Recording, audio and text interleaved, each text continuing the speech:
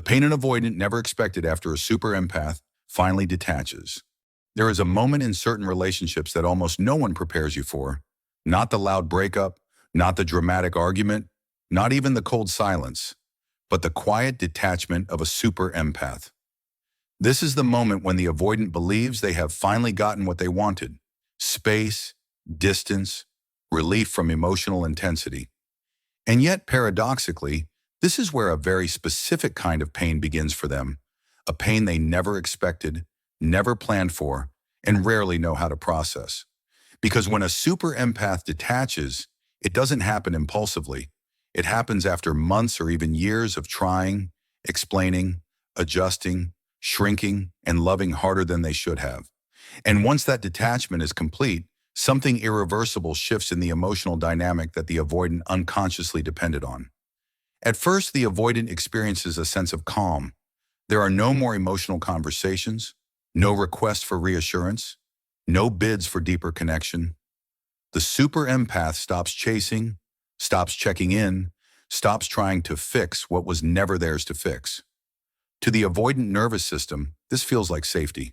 But this calm is deceptive, because what the avoidant doesn't realize yet is that the super empath's emotional energy was not pressure, it was regulation, it was warmth, it was grounding, it was the invisible emotional glue that made the relationship feel alive, even when the avoidant stayed distant.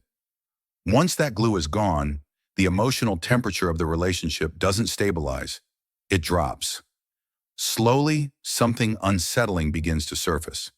The avoidant notices that conversations feel flatter, less engaging, almost transactional.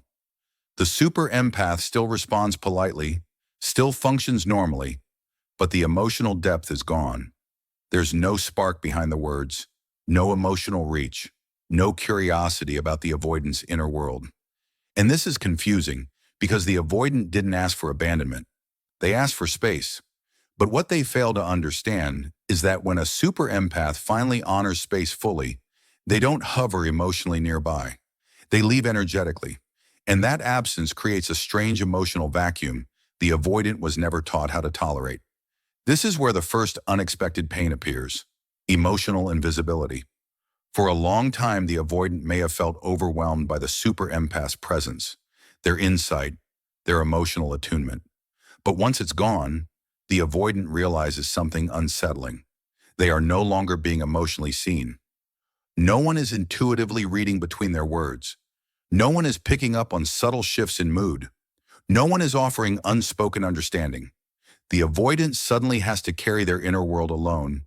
And for someone who learned early on to suppress emotional needs rather than process them, this becomes quietly exhausting. Another layer of pain emerges through comparison. The avoidant begins interacting with others, friends, dates, new connections. But something feels off. Conversations don't flow the same way. Emotional exchanges feel shallow. There's less resonance, less emotional intelligence, less safety. What once felt like too much now feels irreplaceable. And this realization doesn't come as longing at first. It comes as irritation, restlessness, and emotional dissatisfaction. The avoidant may not consciously think, "I miss them," but their nervous system notices the absence of emotional depth and begins to search for it unconsciously. Then comes the most destabilizing pain of all: loss of control over the emotional narrative. When the super empath was attached, the avoidant had emotional leverage without even trying. They could withdraw and know the empath would lean in. They could go silent and trust the empath would fill the space. Detachment shatters this dynamic. The avoidant realizes that their usual patterns no longer produce the same emotional response. Silence is met with silence. Distance is met with acceptance. And this creates a deep internal disorientation because the avoidance attachment strategies no longer work. At this stage, the avoidant may feel a subtle form of panic, not the overt kind, but a quiet anxiety that something important has slipped beyond their reach. They may begin to test the waters, sending a casual message, resurfacing with nostalgia, or asking neutral questions disguised as friendliness. But what they encounter is unfamiliar, a grounded, emotionally self-contained version of the super empath. Polite, calm, unreactive. No emotional pull. And this is where the pain intensifies because the avoidant realizes the super empath didn't detach to punish, they detached to survive. What makes this especially painful is that the avoidant can no longer frame themselves as the overwhelmed one. The emotional imbalance has reversed. Now they are the ones sensing loss, while the empath appears stable, regulated, and no longer emotionally dependent. This reversal challenges the avoidant's identity at a nervous system level. They may begin to feel emotions they once suppressed: regret, grief, and a vague sense of having missed something meaningful without knowing exactly when it slipped away.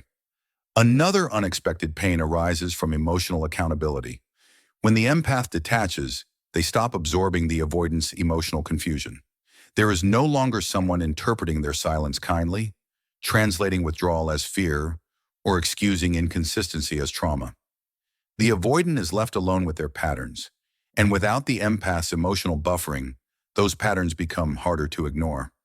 This doesn't always lead to growth, but it does lead to discomfort, because the avoidant can no longer externalize the tension. There is no one to blame for the emptiness except the emptiness itself. Over time, memory begins to resurface. Not idealized fantasy, but embodied memory. The avoidant remembers how regulated they felt around the empath, even when they couldn't name it.